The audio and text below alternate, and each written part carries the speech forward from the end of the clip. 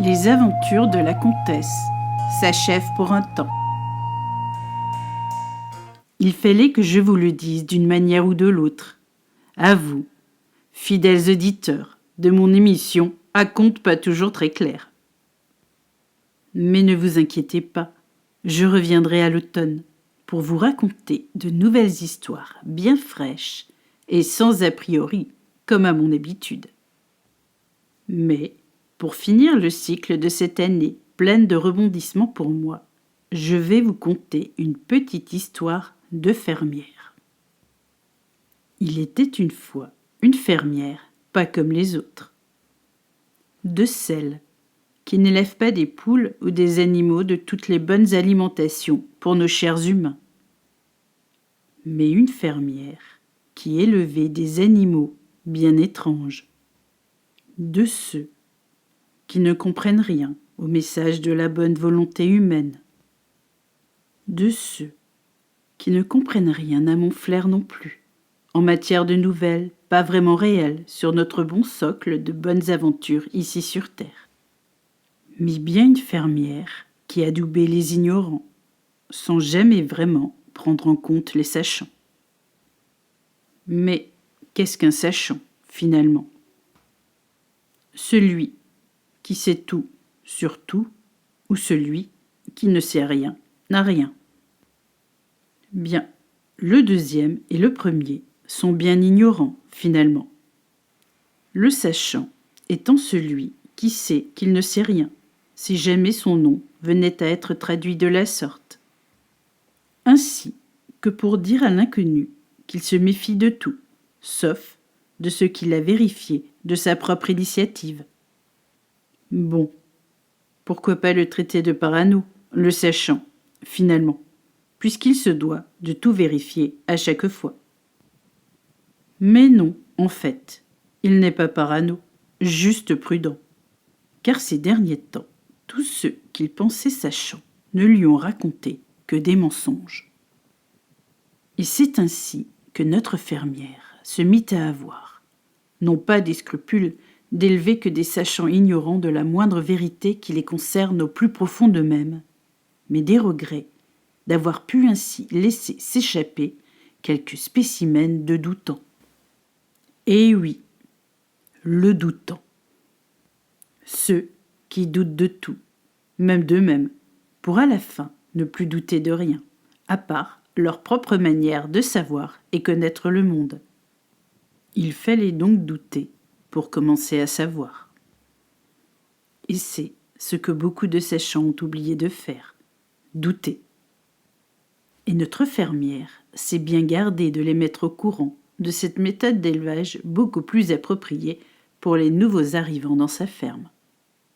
Il faut donc à présent élever de nouvelles fermières. Car le fermier, lui, ne sait plus trop s'il en est une, ou s'il est une vache à lait pour gouvernement trop heureux de sa mise en fortune au sujet de la vérité sur Terre.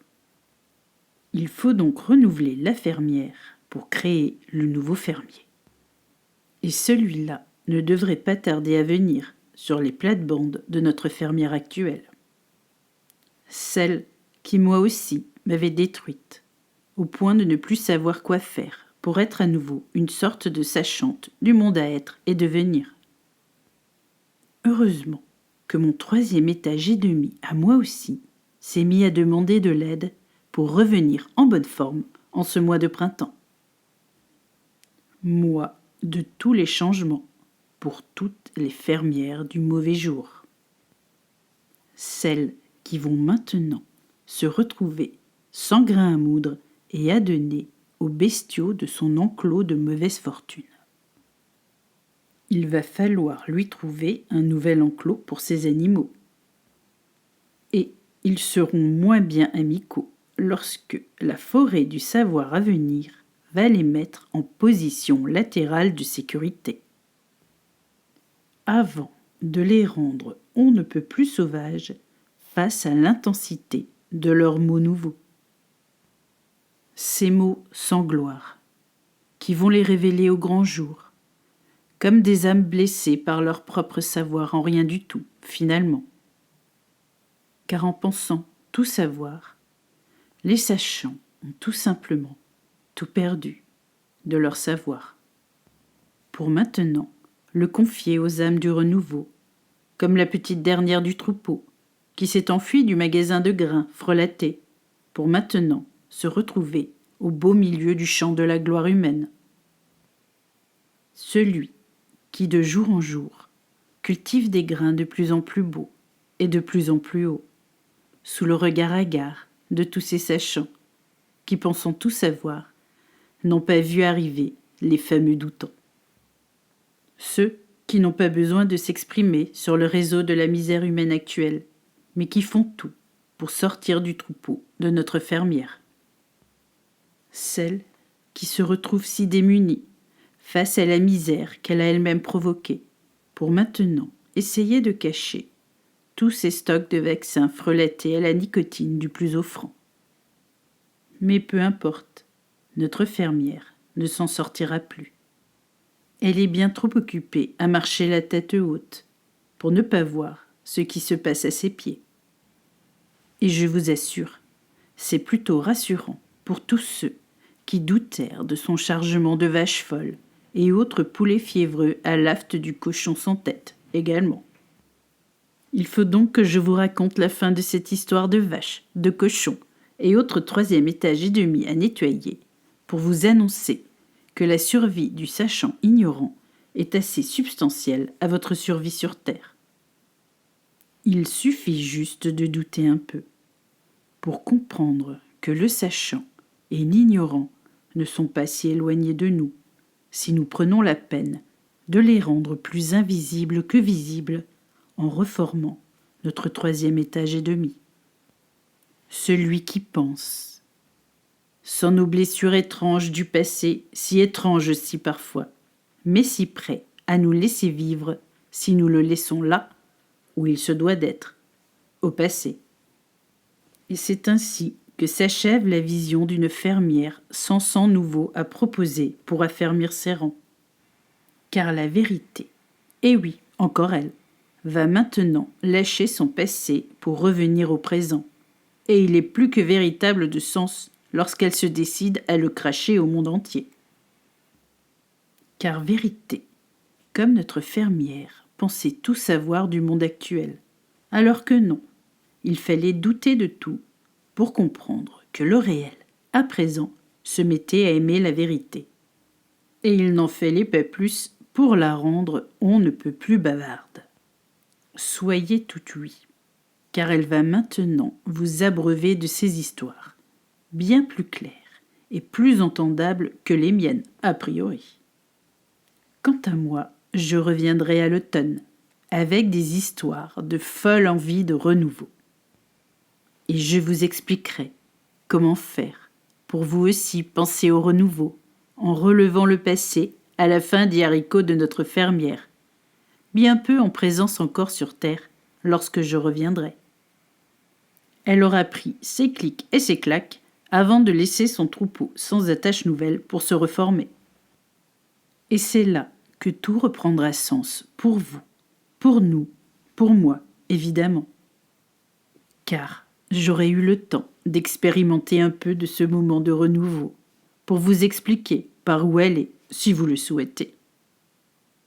Ainsi, il est grand temps pour moi de passer au 2e cycle de mon aventure, celle du renouveau de printemps, car après le ménage, il faut à nouveau épousseter la suite. Le retour du bonheur sur ma vie de comtesse bien arrivée jusque-là va maintenant m'obliger à faire quelques changements d'organisation sur ma vie. De ce fait, la vérité va devoir me guider dans mes écrits, mais plutôt dans des ouvrages à venir, dans toutes les bonnes librairies de ce monde, j'ose espérer. Ainsi, chers amis, je vous quitte le cœur lourd, avec une impression de vous laisser seul et à l'abandon. Mais ne vous inquiétez pas, je reviendrai dès la fin de l'été, avec des nouvelles histoires, pleines de bonne humeur et de bonnes graines à planter, et n'en déplaise à notre fermière actuelle. Je vous laisse ainsi sur cette petite musique bien pensante, si l'on peut dire ainsi, d'un sachant doutant, bien en proie à l'incertitude du monde actuel. Il faut douter pour croire à la fin. Sinon, le simple mortel ne deviendra jamais une belle âme, qui sait qu'apprendre de tout et du tout est vital à sa croissance. Reposez-vous les méninges, mais pas trop. Car le vilain petit canard est toujours celui qui dit tout haut ce que tous les autres pensent finalement tout bas. Et c'est sur ces belles paroles bien sympathiques que je vous quitte et vous dis à bientôt. Une comtesse, pas toujours bien réveillée, mais qui de temps en temps a bien besoin de réveiller l'autre partie du monde qui dort encore.